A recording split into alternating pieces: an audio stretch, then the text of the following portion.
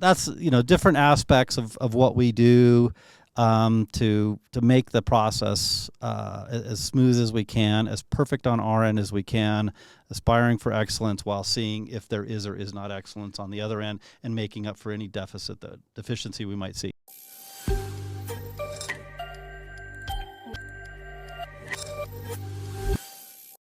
Well, man, we've been talking about the perfect buying process, the perfect selling process, right? Mm-hmm. And when we mean perfect is we're referring to the steps that we take that really is set up in a perfect way to allow us to share, educate, forecast, game plan, map it out. Correct. And make it such an enjoyable process. Yeah, I mean, this is, years of seeing what works, what doesn't work, and this can be anxiety provoking. It can be, it can be costly, any number of things. So we're just, putting a process as best we can with what we can control in our space to make it as perfect for you as the buyer or the seller as we can. Totally. And I think it really resonates because recently I was talking to someone who they are buying a home, and the experience, I've been just kind of checking, hey, how's it going? Let me know if you have any questions, just help. Because when I ask her questions, she doesn't know the answer to a lot of the things that she should. She's the home buyer? She's the home buyer. And so she doesn't understand like where they're at in timelines and the steps and where they're at in the steps. Should know every step. And so I'm like, well, hey, let me know. I can fill you in on anything, or here's some questions maybe you should be asking because you need those answers. I think it would give you peace of mind, help you relax a little bit because she's uptight, Sure. But because she doesn't know. Because she doesn't know. In large know. part, I'm sure. And that's the thing that we just totally eliminate. Yeah. Yeah. Sometimes I have to ask people, or not even ask, but kind of share that I am an over communicator, and you might get annoyed at some points. And for that, I apologize. But I'm of the opinion that you should know more, than you should know as much as possible to put your mind at ease as best you can, and to get ahead of as many things as we can. Yeah. I don't think it hurts. We agree it doesn't hurt to be a little maybe overeducated, right, in the process, right, rather than having question marks and wondering what's next and where are we at. And Yeah, I think, one of and we can talk about this one because it's a whole other topic on another podcast, but one of the steps or kind of the thoughts, considerations in the both the buying and the selling is personality types. I'm an oversharer, I'm an over communicator, one, because inherently, and then two, because of the process. But there are certain personality types that just do not appreciate that at all. Depending on which personality profile you look at, like the one I'm thinking of is DISC, and D is, not to get into too much detail, but these are very direct, very kind of driven people. They don't want to spend a whole lot of time chit-chatting. So you have to be succinct. So anyway, I'm just sharing, and one of the things that we focus on is making sure that we map the client with the agent, that not only the agent knows and has experience with their buying location and experience and product and all that, but also the personality's got to match, because they got to be able to communicate, got to like each other and work together on a pretty anxiety provoking potentially process. Right.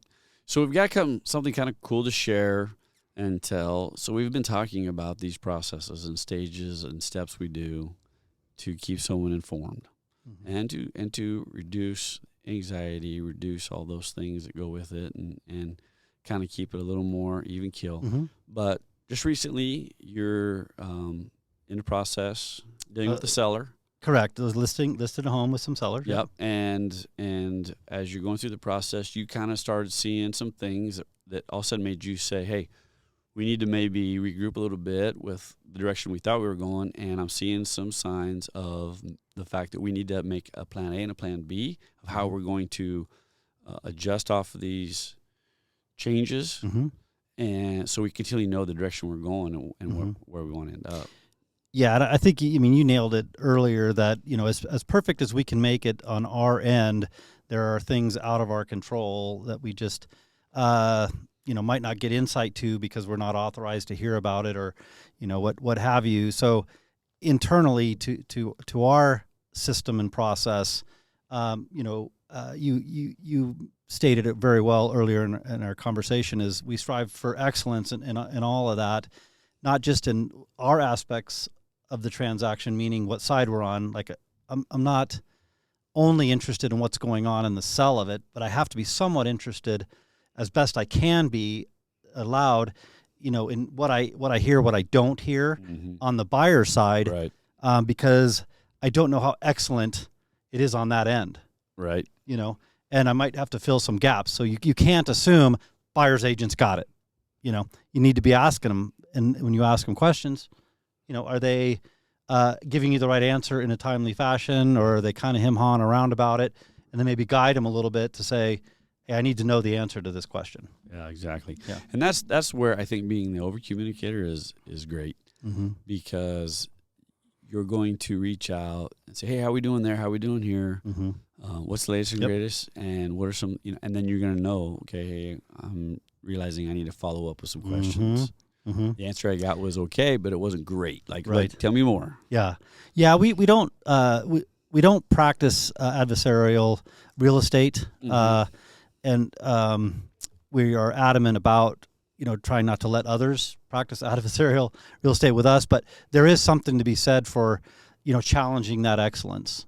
If I'm not going to call somebody out on something because they dropped the ball or whatever. I think they're gonna, but I'm like, hey, it seems like the lender should have told us by now. Do you not know the answer to that? And that's probably not how I would word it, because that sounds in itself, and I probably gave you a good example of a little bit adversarial, but kind of prompting of a question like, hey, let's it seems to me like we should research that or well, and the that. thing is we want to work together great with other agents. We want it to be like a very enjoyable work experience, and we want it to be like this win-win type deal. We're like, hey, we understand you're trying to do great for your client. We're trying to do great for ours. Let's make this great for everybody, and let's get this deal done. And we're gonna have to. There's gonna be maybe some give and take, and some things we're gonna have to work through. But let's communicate and keep it in a very enjoyable and pleasurable experience. Yeah. I think that's a lot of what the customer base, the clients don't realize about what we bring to the table as agents, is that being able to hold it together. And maybe they do, but I think it's lost the amount of that we do, because we've heard stories and seen stories of a buyer and a seller trying to come together, and just simple little comments and things really throwing things sideways, because it is a situation that can get stressful, can get personal, and having people communicate directly sometimes in that type of situation doesn't end well. So to have people in the middle that kind of, this is what my seller's saying, but let me translate it a little bit, and then you can translate it to your client, because it needs to be kind of smoothed out and professionalized, rather than those buyers when they went through with their blah blah blah. Their little kid jumped on my couch and I got mud stains. You know what I mean? Like, if you say that directly to a buyer, they're like, see you later. Could, and we're going to professionally say, hey, Mr. and Mrs. Buyer's agent, can you remind your clients in the future maybe to be a little more respectful? Yeah. Just put a leash on that, please. Yeah. So that's different aspects of what we do to make the process as smooth as we can, as perfect on our end as we can, aspiring for excellence while seeing if there is or is not excellence on the other end, and making up for any deficiency we might see. Well, here's an example. Maybe dealing with new builders and dealing with new construction and all the things and that go into that. There are some things that are out of our control, no matter which side you're on of the table you're on. And we all have to learn how to get that information, process, and then adjust, and then say, okay, how are we going to move forward? And in the end, we all want clients to be super happy and love their experience and excited about their new home. So there's the things we can't control, but that's where we continue to strive for excellence with the process and how we try to set these things up to make those steps perfect. So tell me, and share, because this is cool, because this is the things we've been talking about, but this is just happened. You're in the process. You're kind of getting towards the home stretch on the end of it, right? Mm-hmm. You're seeing the finish line. Yeah. Some things all of a sudden were coming up, and you had to adjust. You had to kind of forecast and make some plans. Yeah. So, yeah, even on my end, I could tell there was some communication that wasn't taking place. There was some questions that weren't being answered in a timely manner, and it's like I can't make that happen. And there's again things that can't necessarily be shared with me because it's confidential information to the client on the other end. But to get with my clients and communicate, hey, here's some concerns. I'm seeing this happen. I'm not seeing this happen. I don't want to create a problem where a problem doesn't exist. But in experience, you can identify it might not be a problem, but it's definitely a thought that we need to have. So there is that fine line of not creating issues, but we're here with these steps. We should be here. I'm not hearing that we're there. I'm not quite sure why, but I'm digging into it. So what do we need to do in case this happens? So you just kind of plan it out and adjust as quickly as you can, with the most intention that you can, right? Because the last thing you don't want to do is get blindsided. It's like, here's the day. That was the thing that I was going to say. It's you don't want to bring up things that may not happen, but at the same time, you don't want to have surprises. Right. Most people don't like them. Right. Now, some might say, well, I'm not going to address it till it happens. And I get that. I get it. But you can't put your head in the sand either. I would rather say, hey, there's just a couple things I need to make you aware of. And here's some things we may be dealing with, may not. Yeah. If this happens, then this. Yeah. If this happens, then that. Yeah. But at least we know, and I want you to just kind of understand your options of how you're going to want to think through that. Yeah. And that's let me know what you feel is best. Yeah. Yeah. And that's how we communicate it. Is like I'm not trying to cause a problem, but I'm trying to get ahead of something that I think might be here. If anything changes, if I get more information than what I've been getting, or the information changes, then I'll quickly let you know that that's not the case. Right. Don't sweat it. But in my experience, this could become a thing. And what are the things that we could do to make this work a little bit, smoother?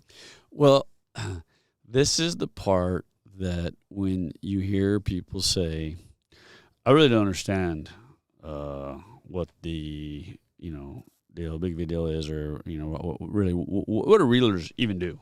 Like, I've had a guy say it to me just last summer. Yeah. And he was like, I don't even understand what realtors do. Like, really, do some paperwork, drive around, show a couple houses, and I was like, okay.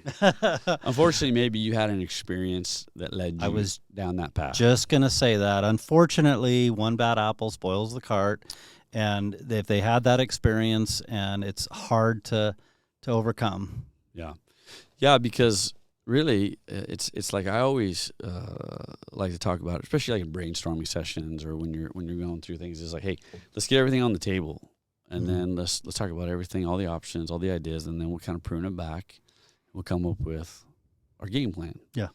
But that's the thing that separates is looking, seeing, forecasting, sharing, presenting timelines, expectations, and all those things, because you can be clear down to the home stretch. Mm-hmm. And like what your experience is, all of a sudden if you bump a close or you push a close out, that domino effect of what that could be can all of a sudden make that, even if everything on the front side was amazing, it also can make that ending rough. Yeah. Real rough. Yeah. The ending is where everything culminates, and there's all kinds of dominoes already queued up. Is the seller of this house under contract to buy another new construction house, and that builder, is looking at, thousands of dollars worth of equity if they put it back on the market, and you lose your house, but now you're under contract to sell your house. That's a kind of almost a worst case scenario thing, but and anywhere, kind of between that and just, hey, it was a slight annoyance. Like, none of that is really acceptable. And one other thing that occurred to me when you were saying that, so certainly one bad apple could spoil the cart and make a client wonder what we do. But on the other hand, on the flip side, a really good agent is going to make it seem super easy.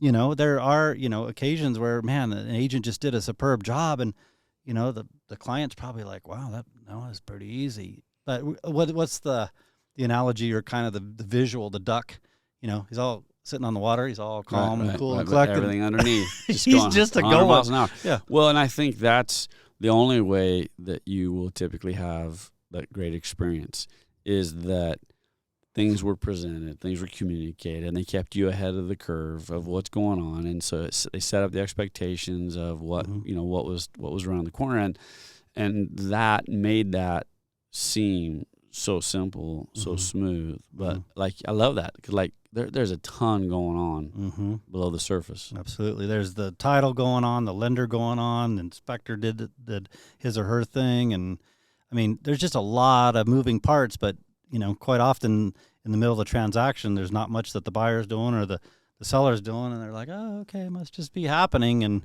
there's a lot of papers being pushed around. There's a lot of activity being done. In our world, there's a lot of problems being solved and problems that we don't bring up. That's so. Again, what do realtors do? We're solving problems. Well, here's an example of that. So I can give you one I just dealt with this last week.